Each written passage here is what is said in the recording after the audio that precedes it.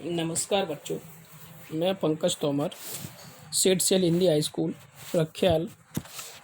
जो हम इस चैनल पर जो वीडियो बना रहे हैं, जो कोविड-19 की वजह से बच्चों को पढ़ाने के लिए, इस चैनल को सभी बच्चे सब्सक्राइब कर लें ताकि जो डेली जो आने वाली वीडियो हैं वो आप तक मैसेज में आ सकें।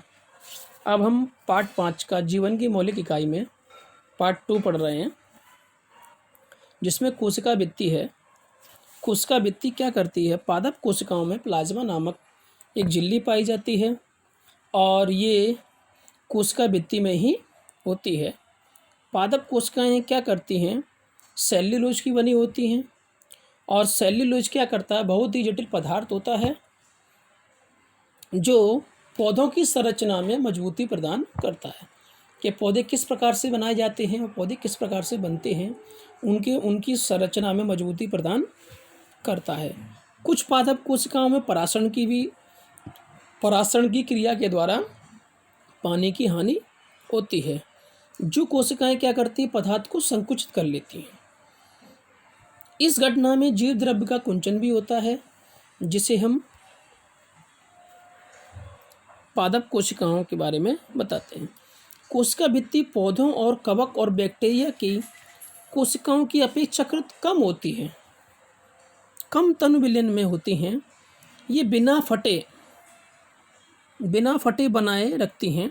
ऐसे माध्यम में कोशिका परासरण विधि द्वारा पानी लेती हैं और कोशिकाएं फूल जाती हैं। कुछ कोशिका भित्ति के ऊपर दबाव डालने पर कोशिका भित्ति भी फूली हुई कोशिकाओं की प्राप्ति समान रूप से दबाव बनाती हैं। इस प्रकार से कुछ पादप कोशिकाएं परिवर्तनीय माध्यम में जंतु कोशिका की अपेक्षा आसानी से सहन कर जाती हैं। इसके बाद हम दूसरा पढ़ते हैं, केंद्रक। केंद्रक प्याज की झिल्ली होती है। प्याज यानी कि प्याज का जो ऊपरी भाग है, उसको उस परत को निकालने के बाद उसके ऊपर सफ़ेद रंग की पतली सी परत होती है, उसको प्याज की झिल्ली कहते हैं।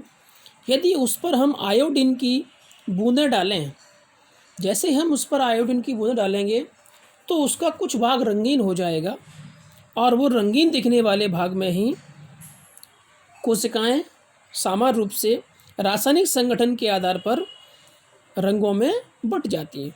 कुछ क्षेत्र अधिक गहरे रंग में बहे होंगे और कुछ क्षेत्र कम गहरे रंग के प्रतीत होंगे। केंद्रक के चारों ओर दोहरे परत का एक स्तर बना होता है, जिसे हम केंद्रक झिल्ली कहते हैं। केंद्रक झिल्ली में छोटे छोटे छिद्र पाए जाते हैं। इन छिद्रों के द्वारा केंद्रक के अंदर की कोशिकांग द्रव्य केंद्रक के बाहर जाता है और कोशिकांग द्रव्य का यह अनुसरण हम करते हैं। केंद्रक में क्रोमोसोम भी पाए जाते हैं और क्रोमोसोम क्या करते हैं? आनुवांशिक गुणों की सूचना देते हैं।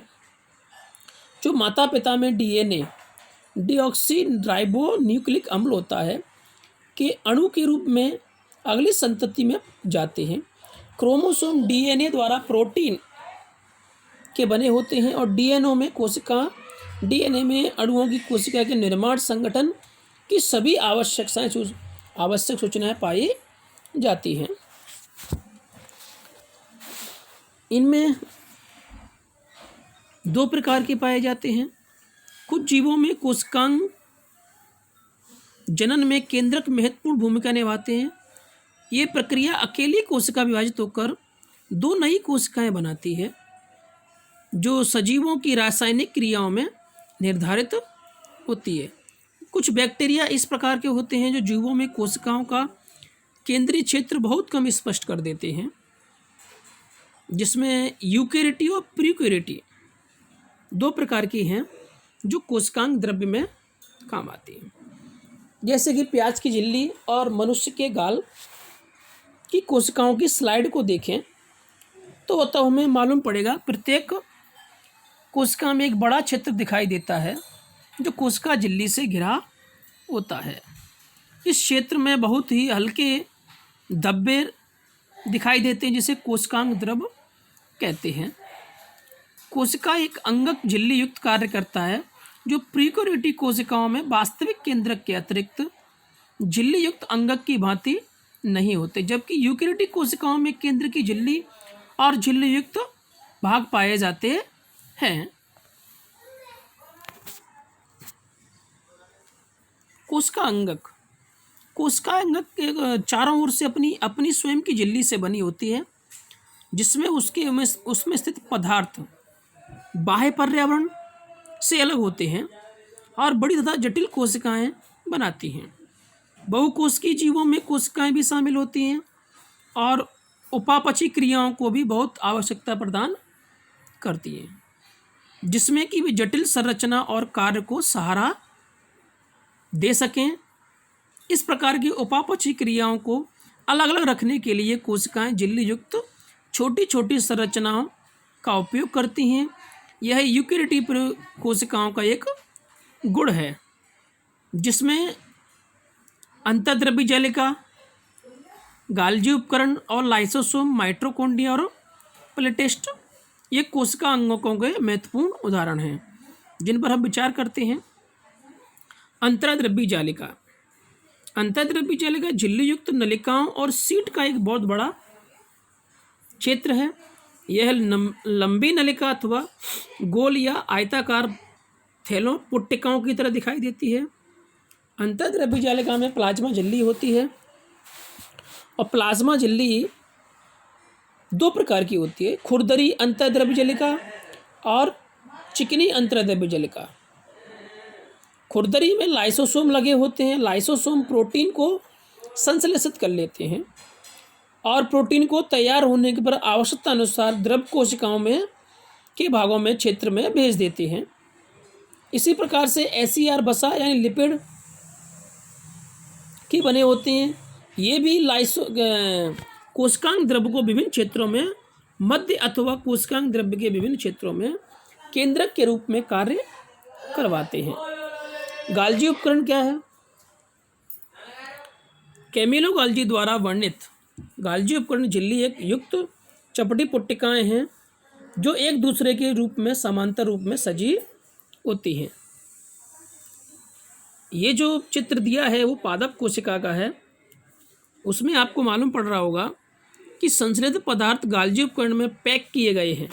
ये कुछ पदार्थ हैं वो पैक किए गए हैं, उन्हें कोशिका के बाहर और अंदर विभिन्न क्षेत्रों में भेज दिया जाता। इस कार्य में शामिल होते हैं पुट्टिका में पदार्थ का संयोजन, स्थानांतरण और बंद करना होता है। ये गाल्जी उपकरण सामान्य रूप से शक्कर के जटिल शक्कर बनाते हैं। इन उपकरणों के द्वारा लाइसोसोम भी बनाया जाता है। लाइसोसोम क्या करता है? संरचनात्मक दृष्टि से लाइसोसोम झिल्ली से घिरी हुई रचना है जिसमें पाचक एंजाइम होते हैं और ये एंजाइमों को बनाते हैं। लाइसोसोम क्या करता है? अपशिष्ट को निपटाने वाला तंत्र है जो बाहरी पदार्थों और कोशिका अंगकों के टूटे फटे भाग को पाचित करके कोशिका को साफ करता है और कोशिका के अंदर और बाहर पदार्थ जैसे बैक्टीरिया अथवा भोजन पुराने अंगकों को लाइसोसोम के माध्यम से चले जाते हैं। इस प्रकार से है